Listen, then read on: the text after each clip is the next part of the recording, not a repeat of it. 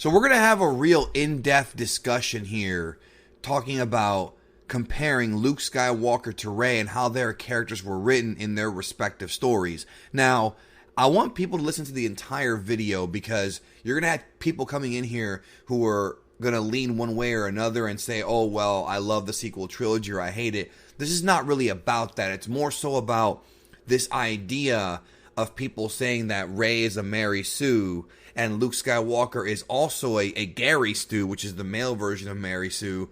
And that's just not the case at all. That is not the case whatsoever. There are big differences in the way that Luke Skywalker and Rey were written in their films. And that's what I want to talk about here on this video as to why people think that Rey is a Mary Sue and why essentially they are correct. I mean, I've talked about this with really intelligent people, not these... Disney likes to point out that anybody who criticizes this trilogy is, of low intellect and racist. That's nonsense. There's actual writing issues and actual narrative problems and character problems with Rey. Now, obviously, this has nothing to do with Daisy Ridley, the actress, and she didn't do anything wrong. She's just doing her job. But the way that this story is being crafted has problems, and it goes all the way back to The Force Awakens. So, The Force Awakens was Rey's first appearance, just like Star Wars, the original one, known as A New Hope, was Luke Skywalker's first appearance. And, we're going to take those two films and kind of compare them. We're going to talk a little bit about Empire and Last Jedi, but not yet. Let's talk about the original story. So, the reason as to why Rey is a Mary Sue and Luke Skywalker is not, is because Rey... in Force Awakens, not only does she overcome pretty much all of her challenges within the actual film itself, and the story itself. We're going to look at it as a story. It could be the movie or even the novelization of the movie, whichever version you want to read. But she overcomes them with relative ease, whereas Luke Skywalker is constantly being saved by somebody else or constantly being stuck in trouble that he can't overcome. If we go to the original Star Wars film, Luke Skywalker, early in the movie, gets beat up by a sand person, by a Tusken Raider, sand people. This would never happen to Rey, right? Because Rey's a different character. Rey, on the other hand, compared to Luke, is a much more self-sufficient character. She lives by herself in the Walker. She is a very good person when it comes to surviving by herself. She's very athletic. She's already kind of got experience, being a hunter-gatherer, so to speak. She makes her own food, whereas Luke Skywalker lives with his Uncle Owen and Beru, and they take care of him. Luke Skywalker has dreams, and he has goals of someday finding more of a purpose to his life. Right? Whereas Rey is similar, but not fully that way. She's just waiting for her parents to come back so they can have a normal family life. And again, this part of the story is fine. There's nothing wrong with Rey wanting that, and there's nothing wrong with Rey being self-sufficient. It's a different character, and it's a different direction, and I'm perfectly fine with what J.J. Abrams did when it comes to that. That's fine. It's later in the movie that things get weird. So, Rey manages to fly the Millennium Falcon with ease, with no problem. She knows how to fix issues in the Falcon, like, fix like a mechanic would, even though she's never even been in the ship before. She knows how to use everything effectively to where she can, have an air battle on Jakku in the ship and survive and defeat First Order TIE fighters who are supposedly trained military assassins, inside of the cockpit of the TIE fighters. So that to me is already weird. Then as the film progresses, she not only learns how to use the Force by, being able to levitate objects, case in point the lightsaber at the end of the movie, but she also learns how to do the Force Jedi mind trick, which... Well, let me take that back. She doesn't learn how to do it. She just knows how to do it. She's never seen the move done ever in her life. Kylo Ren tried to do it to her, and she managed to reverse it on him because Kylo Ren was trained by Luke Skywalker and Snoke. Nobody trained her, yet she's able to reverse Jedi mind tricks onto people. It's one thing to be able to not fall for it, like what happened with Watto and Jabba the Hutt.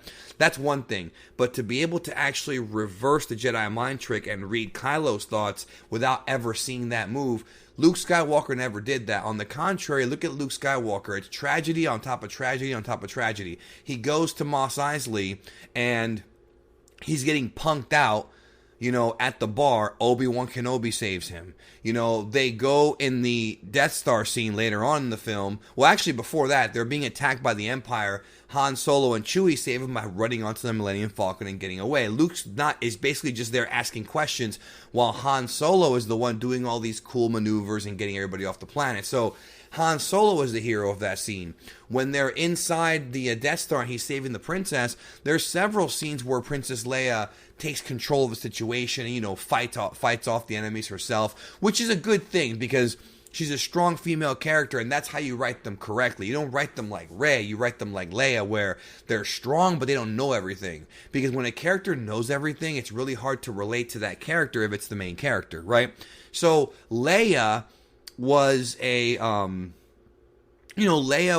was her and Luke worked together to escape and, finally get back to the ship. And it was a nice scene. He does the little grappling hook thing, and it's a great scene in the first Star Wars film. But again, Luke is slowly kind of learning these heroic tendencies, but he's not learning the Force. Now, you have to understand, what people will pick apart is they'll say stuff like, well, Rey is obviously somebody important. Now, obviously in Last Jedi that we found out that wasn't the case. However, based on some of the rumors for Rise of Skywalker, that appears to be retcon, and she actually is someone important. But let me hit you with some reality right now. It doesn't matter, and I'm going to tell you why. Because Luke Skywalker was the son of Anakin Skywalker, and Anakin Skywalker was the supposed, chosen one, with more midichlorians than anybody, if you want to go by the prequel logic. And because of that, you would assume that the midichlorians would be passed down.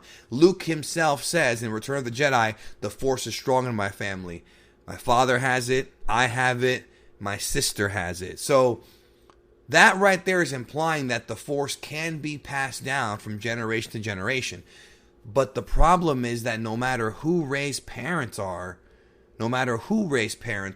she should not be able to do these things without any form of training. In fact, Kylo Ren in the film says, she's untrained, but she's stronger than she knows. Well, she's way stronger than she knows. So she's able to. Now, obviously, her being good at combat is one thing because she's self-sufficient. We can kind of put that aside and say, okay, that makes sense for Rey.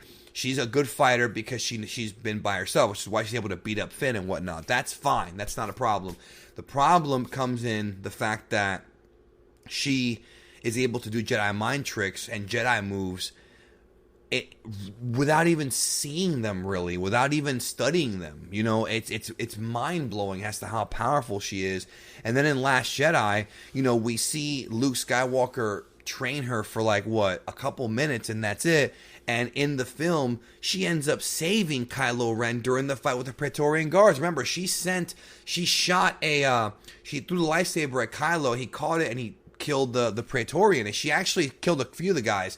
So she's way too powerful for somebody who's untrained. Whereas when we look at Luke Skywalker, he blew up the Death Star at the end. You know why? Because Han Solo helped him. He was about to die. Vader had him in his sights, and then Han Solo saved him. So we're seeing this story here where Luke is constantly being saved by Obi-Wan, by Princess Leia, kind of, sort of, by Han Solo. He's still the heroic, the victorious hero at the end, but he had help. And that, to me, makes a great character. And then when we see how he is in Episode 6 in Return of the Jedi, he's totally different. He's a complete alpha. He knows the Force. He's confident. He doesn't need anybody's help but his own. And of course, even at the very end, Vader, when he turns to the light side, is the one that saves Luke's life. So they went back to that, but that was more of the character arc for Vader. Luke had already won. Luke was already a Jedi, and I love that. Now, when we go back to Empire Strikes Back, Luke pretty much gets pummeled the entire film. I mean, he's impressive at first, and he trains with Yoda and all this stuff, but Vader makes a mockery out of him in that final battle in The Empire Strikes Back, whereas Rey, at no point in The Last Jedi is she ever physically challenged. She's sitting here having battles with Luke Skywalker, like they're having that little stick sword fight gimmick thing, and she's over here knocking him on his ass. Like, wait a minute, what is this? Like, again, her being self-sufficient and strong makes sense. Her being this strong does not make sense. And that's the reason as to why people don't really vibe with Rey. And I'm talking about boys and girls. A lot of girls that I've spoken to of all different ages, women and little girls, they prefer Ahsoka Tano. They prefer Princess Leia. They don't like Rey. It's not a gender thing, folks. It's a bad writing thing. It is not a gender thing. It is a bad writing thing. And I'm proving it to you right here in this video. You know, Star Wars, A New Hope, showed you how to write a great character. Luke Skywalker, Han Solo, Princess Leia, they're all great characters. Obi-Wan Kenobi, Darth Vader. Luke works as a main character because we relate with him, we trust him, we see that he's a good guy, and we see that he needs his friends to help him. In fact, Palpatine even says your faith in your friends is your weakness in Return of the Jedi. And that's all important to Luke's character, whereas with Rey, she's a bit more self-sufficient, which is fine, but she's too self-sufficient. She's able to lift the rocks at the end of Last Jedi, which is fine compared to the other stuff she's done. She's able to pilot the Falcon, the guns in the Falcon, which again, Luke did that too, so I'm not going to criticize that. But she's also having visions of the future, seeing that Kylo will turn and all this stuff, and I've seen the future, you do turn, this and that. She's just way too powerful, even if she is of strong lineage, even if she is a force user by, hereditary force user by her parents' power. It doesn't matter because she has shown way too much potential and not enough weakness. She needs to lose a couple times. Physically, yeah, she's upset about her parents, but that's not a real loss considering that Kylo says you knew it all along, didn't you? No, she needs to actually be challenged physically. And she hasn't been. I mean, her and Kylo picked apart those Praetorian guards like nothing. Where's the challenge at? And now with now with Rise of Skywalker right around the corner, even if they decide to get her challenged or get her beat up or whatever, even if they decide to fix this for Episode 9, is it too late? Will people care about Rey? And this is why it's about how you write your characters. It's very important. Characters are very, very important when it comes to getting the population, the audience to relate to them. And people relate more to Luke than Rey, not because of gender, but because of what I just told you. Luke's archetype is the everyman.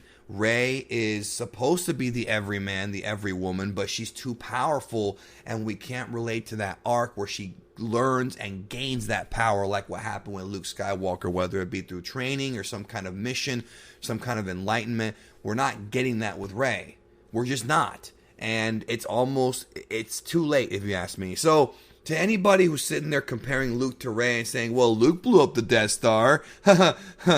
He's a scary Stu. He's not. He did it with help. If it wasn't for Han Solo, he would have been dead. Did people not watch the movie? So check it out. Again, if you haven't seen it in a while, you can tell he's not a Gary Stu, but Rey is, because how do you learn that stuff without any training? It goes against what Star Wars has taught us with all 6 previous movies. And I like Force Awakens, but it's a bit too much. There are a lot of problems in that movie, and this is, I think, one of them. Thank you again for watching. I hope you have a great day, and I hope that this video, made you think a little bit, and I hope you enjoyed it. Talk to you soon.